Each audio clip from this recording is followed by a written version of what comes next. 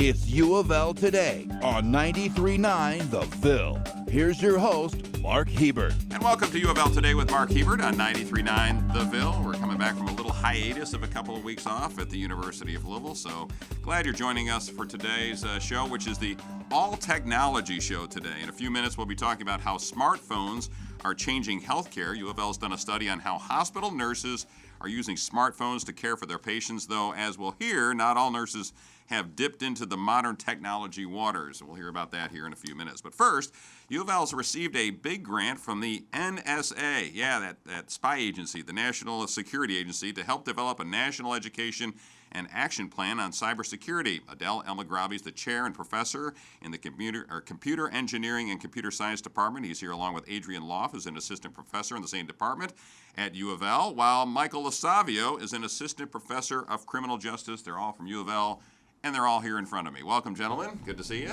Well, hello, thank Mark. you. Good to see you. All right, well, let's talk about this NSA grant. I guess the spooks sent you some money, huh? Is that what happened here? What happened? We can't comment on that. We can neither confirm nor deny that we have Yes, been given. Okay. Well, essentially, this is part of cyber workforce enhancement, and we asked for more money. We got 2/3 of what we asked for, which is good. Well, how much did you get? What was We the got grant? $580,000. We tried to get close to 900, but So you got $500,000 from the NSA. Sure, a little more than $500,000. Every penny counts.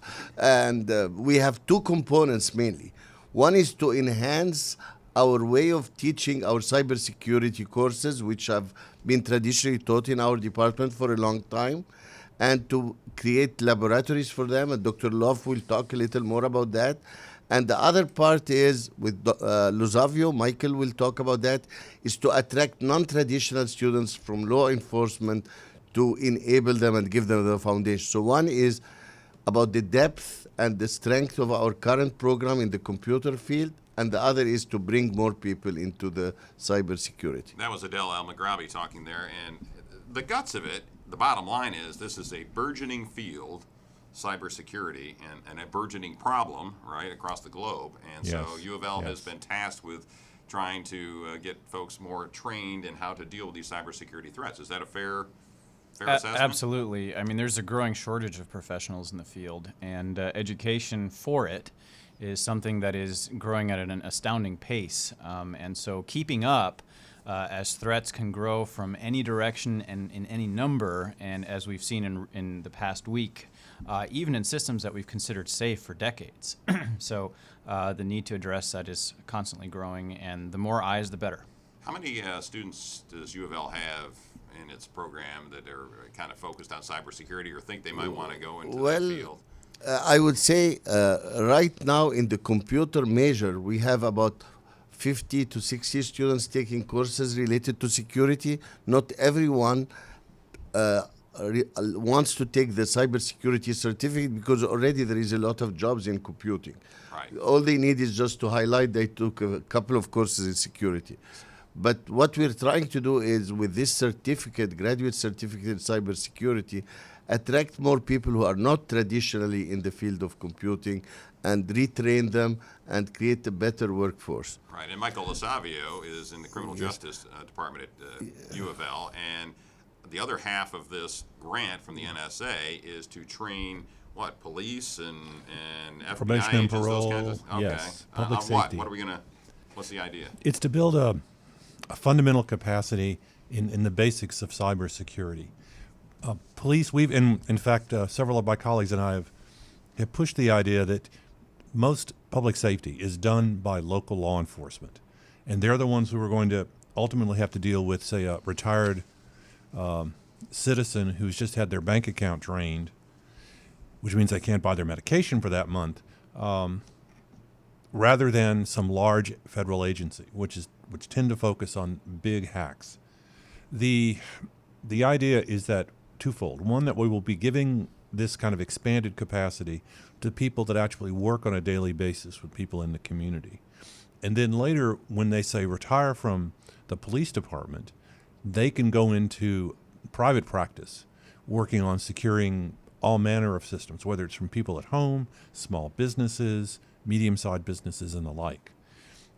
It's been I mean, as far back as 2000, the second Bush administration issued a long report that identified huge vulnerabilities in business, in small businesses, in citizens in the community, because they can't afford a cybersecurity specialist, and that those citizens both are at risk of attack, but also having their own systems compromised to attack others. But it wasn't until the Obama administration that anybody tried to do anything, and like with our grant, put money into trying to expand this pool. Right. And I know that the Louisville Metro Police Department has a cybersecurity crimes unit.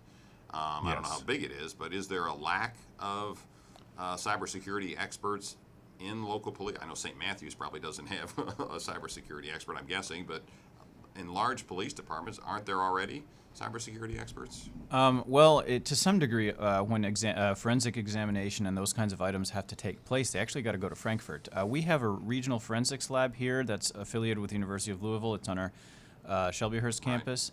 But that also operates in cooperation with the I can't FBI. remember off the top of my head, but there's Another federal agency? no, it's a state state agency? it's a state Okay, police so- agency. It's in Frankfurt. I've been there a couple crime times, lab?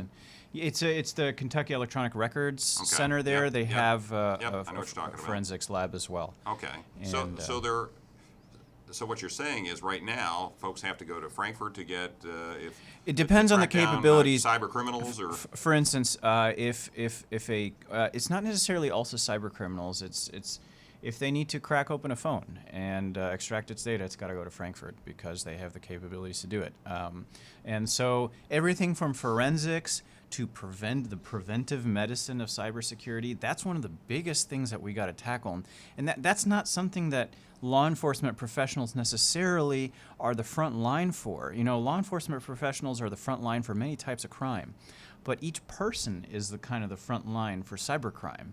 But law enforcement needs to be aware of what people are being exposed to and how to deal with people that have been affected. So what is the biggest, biggest fear and the biggest problem with police agencies in terms of cybersecurity? Is it stolen identities? Is it, stealing credit cards at the gas pump and masking them? What is it? I don't Yes. know. Adrian? The answer is yes. The answer is yes, all those things? People are increasingly being exploited through social engineering attacks, which means that if I know that you have an inherent way of trusting people, I'm going to exploit that innate ability of human beings to trust things that perhaps that they shouldn't. We have culturally been ingrained with this idea that if we cross the street, we look both ways. 300-400 years ago, nobody did that because there was no reason to. You just crossed the road. I mean, maybe there was a carriage far off or some horses, but you could hear them far in the distance, right? Vehicles today move much faster, and so we look both ways when we cross the streets because we know that prevents or helps avoid people getting killed. We don't do that in a digital domain. We don't have this ingrained culture that, okay, I need to be suspicious of most things that are coming into my inbox. I need to be suspicious about what I'm seeing in my browser window and look for cues that are present in almost every facet of our life, our digital life, that could tell us that you're being exploited or that something's not quite right. And so really at the personal level, digital hygiene is important. But as we've said before, bringing the law enforcement community into this brings everybody kind of at the same level where we have a collective social consciousness of what security culture is. Well, Adel or Michael, how far ahead of the cops are the thieves on this issue? Well, typically the thieves are far ahead. Why? Because they have more incentive. Because they make money, they make gains out of it, so they invest in it. It's a business. Mm-hmm. Being a thief is a business. It's not just for fun anymore. Right. It started, by the way, the first virus was for fun, but then it became a business. Right. And realistically, Michael, how many police agencies or officers or computer experts that work for police departments do you expect to be coming to UofL to say, hey, I want to take your courses now and get this training on how to deal with these folks? We will find out. Initially, don't you think it's a burgeoning field, though? I mean, isn't? Well, very much. And we did an initial solicitation, and I think there were some estimates we might only have 20 people sign up. And now we're oversubscribed at about 106. and we'll probably have to reoffer the classes because of the response, both from law enforcement within Kentucky as well as elsewhere in the country. Okay. And that's a good sign. I think it's what you just said. It shows that people are really concerned about this and they want to learn. All right.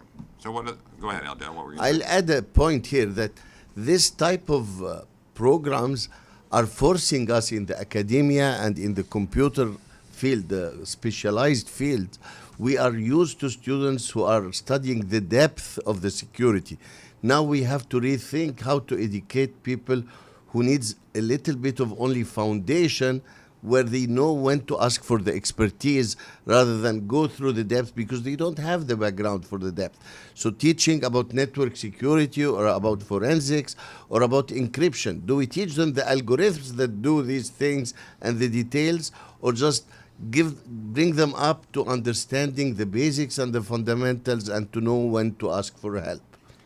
And I'd like to piggyback up on that if possible. I just want to kind of highlight one of the things that we're going to be doing in this grant and why it's so important and so special is that we are building an entire infrastructure that permits not just the critical thinking and the conceptual development of these problems, but we're going to get your hands dirty in it. So we're actually building a virtual playground that lets you think like a criminal a little bit, in the sense that you have to put yourself in the mindset of someone who's exploiting security to be able to prevent security breaches. Okay. Well, don't you do that with your classes now, where you set up a blue team and a red team, and, we and have one of that. the criminals and one of the other guys? Correct. Okay. We have that, but now we are expanding that dramatically because we have just purchased and are installing a bunch of computer hardware that permits us to move our entire virtual lab space onto this compute cloud. And the idea is that we will have hundreds of virtualized computers running at the same time, and we will be able to accurately structure and simulate corporate network environments or home network environments or basic topologies that you see every single day and both attack and defend. You'll have to take it from a completely unsecured space and move it to industry standard.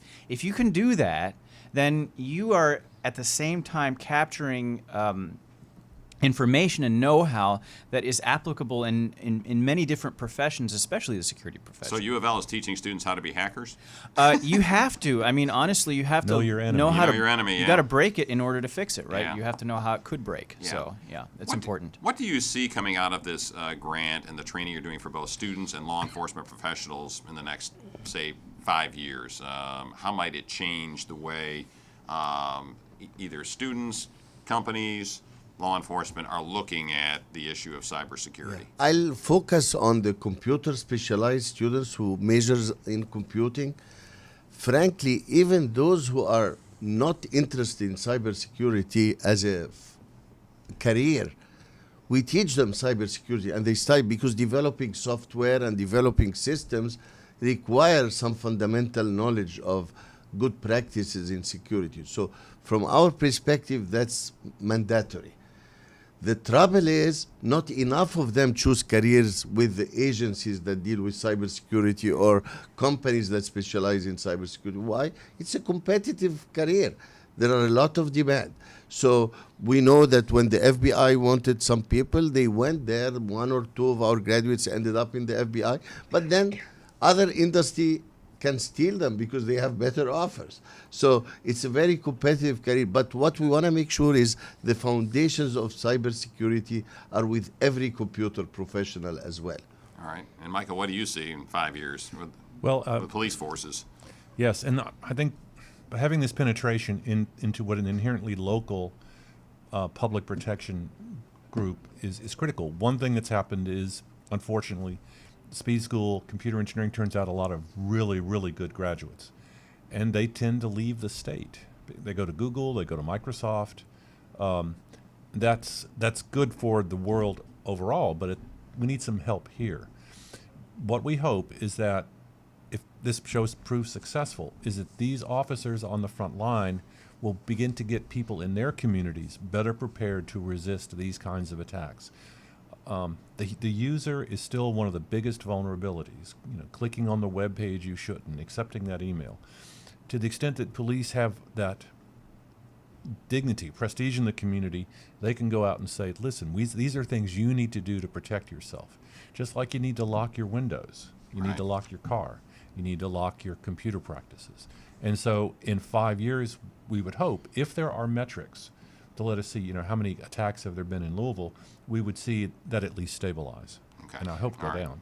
And since I love analogies so much, I'll throw this one in. It's kind of like a vaccination, okay? The individual percentage of success, like of the flu vaccine for H3N2 this year, is 10%. And for some of the other strains, 50 to 70.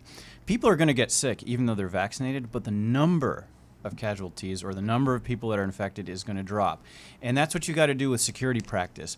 If you reduce the number of targets, if you reduce the number of people that are going to be susceptible, it reduces the amount of money that some of these cyber criminals are making. If you reduce the financial incentive, you reduce your attack surface area, you improve the problem. You make it better. All right, gentlemen, Adrian Lauf and Michael Losavio, Adel Elmaghraby, always good to see you, and good luck with the Our grant. pleasure. And more and more nurses are using their phones to find and collect data and information at work. But how many nurses are actually using those smartphones as a tool to provide better health care? And what are they using them for?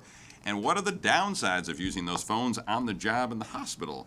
Here to talk about that is Barbara Polivka. She's an endowed chair in nursing research, while Ander Flynn is a graduate student in nursing research. They work together on a study of nurses' use of smart technology. Welcome to both of you. Thank you. Thank you. Well, what'd you find? You polled nurses on whether they were using their iPhones or not, right? Smartphones, yeah. Smartphones. What'd you find? Sure. Yeah. One of the main things was we wanted to find out again how many people were actually using these devices, and so we ended up finding out that about 84%, almost 85% of the individuals who were working at the bedside, actually working throughout the hospital, both at the bedside and in management, were using their smartphones in some capacity. Again, we just wanted Were they to get calling their husbands and wives, or what were they doing with it? Well, actually, that's the interesting component. Is there are so many different things, and we can talk a little bit more about those. Obviously, one of the side notes is that we actually left a box open for people to comment on specific things that they may have thought that they were using it for that we hadn't thought of initially. So we came up with the generic stuff you always think about, right? Flashlights, calculators, maybe even having an alarm on your phone, maybe texting individuals, whether it be physicians or other people you work with. So kind of the generic things that I've experienced as working on the floor and other people I know have worked on. But there were a couple extra random caveats that people kind of came up with, such as having a link to their family. People have elderly patients, for example, or elderly parents, forgive me, that they take care of, and so that's a direct line to those individuals. People can contact them immediately to their phone. Of course, you can track your children if they have phones on them, as some people may know. So those individuals who have children in school, they were able to determine whether or not their children made it home safely, or at least that their phones did, without having to bother any of their staff members. Typically, right. I'm even old enough now to remember the time where I had to call where my parents worked and say, right. Hey, let my mom, let my dad know that I've made it home. These individuals don't have to do that. Yeah. Well, but one of the things that they're really using it for is patient education and to connect with other healthcare providers. I mean, one anecdote was a nurse was trying to explain a procedure the patient was going to go through with the family, and that wasn't coming across. So she pulled it up on her iPhone, found a little video, and showed it to them, and they're like, I got it now. And it was really helped them relieve some of the stress that they were feeling. They really got what was going on, and she was able to do that very quickly with her smartphone, and that was a great, example of why it's useful. And those kinds of things are great. And then physicians are using it to text and to connect with nurses now. They don't want to be bothered with the regular, calling the nurses station. It's just not happening that way anymore. So we heard a lot about that as well. Really interesting. So you're getting a lot of connection between the doctors that may be home or working, they're out home at night in the middle of the night, and somebody has a problem, and the nurse can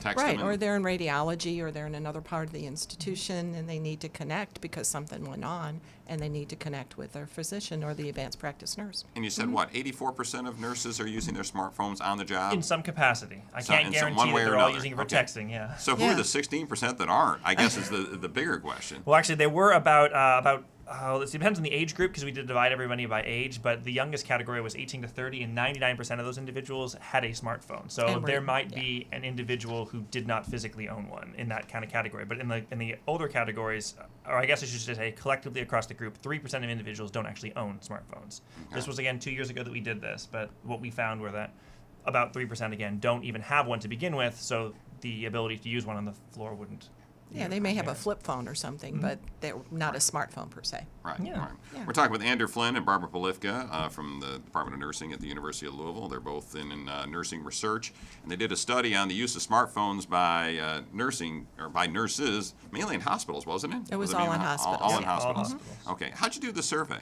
Did you walk around hospitals and ask a bunch of nurses, or did you do something online? How'd you do it? Well, we use SurveyMonkey. Okay. That's a product. But Everybody yeah, knows it was. what SurveyMonkey is, I think. It's an online, so we had the support of all of the CNOs, the chief nursing officers of the hospitals, and they were able to send out an email saying this is a legitimate survey, and there was a link to the SurveyMonkey, and they completed it. So, and we had, as Andrew said, over 700 responses, so we were really pleased with that. Is there an age gap? And who's using them and who's not? Yeah, actually, that was the main finding. We looked both at role by individuals who were working at the bedside versus those who weren't working at the bedside, such as a manager or somebody who's a CNO, something to that extent. And we also looked in 4 different age categories. So we have the 18 to 30s, 31 to 40s, 41 to 50s, and then 51s and olders. And so what we found actually was there wasn't much there wasn't a statistical significance between individuals between 31 to 40, 41 to 50. So the middle categories were kind of 30 to 50 interchangeable. years old, everybody's using it. Exactly. Yeah. But the individuals who are on the lowest end, or the youngest end, I should say, 18 to 30, and those who were 51 and older were drastically different, I guess statistically so. The specific things that Well, they I'm were assuming, well, hold on, let Yeah. me clarify though. I'm assuming the younger ones are using them 100% more. of the time, and the older nurses may keep them in their pocket, may have one, but keep it in their pocket and not using it at work. Is that Or they may be putting it with their personal belongings somewhere right? else. Right. Okay. Yeah. All right. So what's that? Is that good, bad? What does that tell us? Well, actually, it tells us a couple things. But I guess a couple things that I guess Okay. would clarify. I apologize Okay. that I made No, you go so. ahead.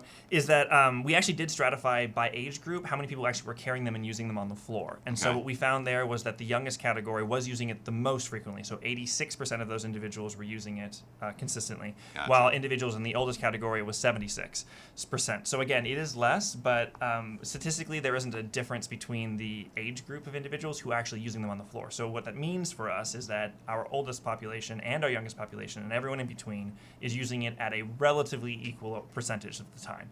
Barbara, did you find that any of these nurses are using it, or can they use it to share patient data and patient information, or is that a We really HIPAA didn't. problem? It is a HIPAA problem, and we avoided specifically asking that question because we didn't want anybody to respond to that thinking that it could be traced back to them. And we're really not hearing, they're well aware of the HIPAA issues. If they're texting, for example, and Ander can respond to this probably a little better in some ways, they may say the patient in bed in room 1 versus a name, Right. so there's no way to pull that Know who that is, information. right. Yeah, so they're finding ways to get around and to make sure they're HIPAA compliant, but also communicating as they need to with other professionals. One of the surprising things we found was that they didn't really want to use email on their phone. That was not something that it was sort of consistent across all age groups. Email was, and I think not? one of the reasons is they're inundated with email from their facilities. There are emails all the time. I mean, I'm on there, we're getting emails. Yeah, we all know how that is. Yeah, I mean, literally, hundreds. And so email was like, I don't read it, so that's not the way they communicate. But texting, yes, definitely. If I'm a patient, should I feel good that 90 or 86% of the nurses are using their smartphones while they're caring for me, or should I be concerned? I mean, I think it all depends on your background and what you think they're using it for. We unfortunately didn't ask specific patients what they do think, but I would hope that they would be, think of it as a good thing, because again, as Barb already commented, there are a lot of resources that I don't really have the access to as a floor nurse that I have on my phone, such as videos to describe the procedure you're about to go through. And I think that a lot of our patients, once they have more knowledge about what's happening with them and what's going to happen to them in the future, a lot of fear can be kind of subsided, and so that they can focus more on the care they're receiving and resting than concerning themselves with this procedure that's going to come up. I can show them what it's going to look like, and they can feel more comfortable about what's going to happen now that they know what it is. And are they using it for a situation like grandpa's in the hospital, he's severely ill, and the daughter is the next of kin or the person in that is caring for him essentially when he's at home?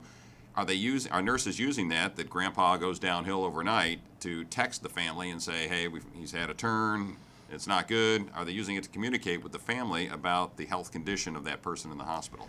In my experience, we do that. However, we do that not any more than we would just using a regular phone. I would say that that's pretty average. We can easily go to the nurse's station and even ask some of our assistants who aren't nurses, either an aide or a clerk of some sort, and say, hey, can you patch this through and let the family know that there's some issues. It's not something that the nurse specifically has to do, but we do it in operating rooms a lot actually now.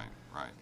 One of the other things that they do use is if, let's say, a family member needs to go to a specific place to get some resource to take care of that family member at home once they're discharged, they may pull up the MapQuest on their phone and say, this is how you get to it, because people aren't always familiar with these different areas and medical supply places and things like that. So it's interesting what they use them for. And one thing I found was interesting, I thought, was that, and in your study, was that hospital administrators weren't too thrilled, some of them, about nurses using smartphones. Why not? Did they think they were just not working and playing games on their phones, or what? I was able to present this information to across different hospitals about what we found, and that was the main complaint there. Every time that I would present this information, I would usually get a little bit of pushback in terms of, the data I received must have been, skewed towards the younger population, which again, if you look at it, actually, we had almost a 25% split between all the age categories, which is wonderful. That's really hard to get at, usually.